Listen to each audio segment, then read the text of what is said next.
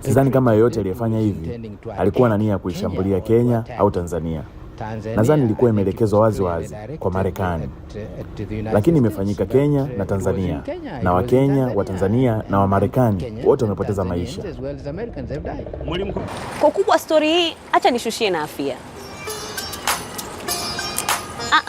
Naomba ya berries. Kwa ukubwa huu naona nitakunywa baadaye na glasi. Sasa tunaweza kuendelea na story. Mnamo Agosti 7 mwaka 1998, taharuki na simanzi zilitanda katika jiji la Dar es Salaam pamoja na jiji la Nairobi baada ya mashambulizi ya mabomu kuchukua maisha ya zaidi ya watu 200 huku 4,000 wakijeruhiwa. Miaka kadhaa baadaye, jina la Ahmed Halfan Gailani lilisambaa kwa kasi. Je, ni nani kijana huyu? Kijana wa Kitanzania aliyezaliwa katika visiwa vya Zanzibar alitengeneza historia kubwa duniani baada ya mwanasheria wa Marekani katika wilaya ya kusini mwa New York, Preet Bharara, kutangaza kwamba Ahmed Halfan Gailani alipatikana na hatia ya makosa ya kigaidi. Mastermind wa milipuko ya mwaka 1998 ya ubalozi wa Marekani nchini Kenya na Tanzania, Gailani akiwa na umri wa miaka 36 tu. Wakati huo alijulikana kama wa kwanza aliyewahi kuzuiliwa katika kambi ya Guantanamo Bay, kuhukumiwa katika mahakama ya kiraia.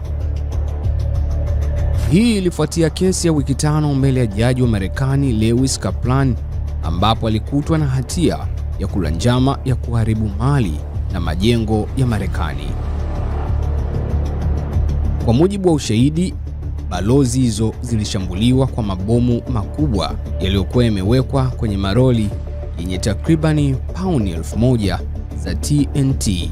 Gailani alinunua lori, matanki ya oksijeni na gesi ya acetylene yaliyotumika katika shambulizi la Dar es Salaam, na pia alihifadhi vilipuzi katika makazi yake. Aidha, siku moja kabla ya milipuko alisafiri kutoka Nairobi kwenda Pakistani kwa pasipoti bandia. Katika mashtaka, Gailani alihusishwa na mtandao wa Al-Qaeda na kushirikiana na kiongozi wake Osama bin Laden kupanga mashambulizi ya Agosti 7 ya mwaka 1998 iliyosababisha vifo vya watu zaidi ya 200. Alishtakiwa kwa makosa 224 ya mauaji sambamba na makosa mengine ya ugaidi. Gailani alikamatwa nchini Pakistani Julai 24 ya mwaka 2004 na baadaye kuhamishiwa katika gereza la Guantanamo Bay mwaka 2006. Kituo hicho kilianzishwa chini ya Rais George W. Bush kwa mwaka 2002. Kimekuwa kikikosolewa kwa madai ya ukiukwaji wa haki za binadamu, ikiwemo kuwekwa kizuizini bila kesi kwa muda mrefu. Hata hivyo, tarehe 17 Novemba ya mwaka 2010, Gailani alipatikana na hatia ya kosa moja la kula njama, huku akiachiwa huru kwa mashtaka mengine 284 ikiwemo ya mauaji. Baadaye, Januari 25 ya mwaka 2011, alihukumiwa kifungo cha maisha jela.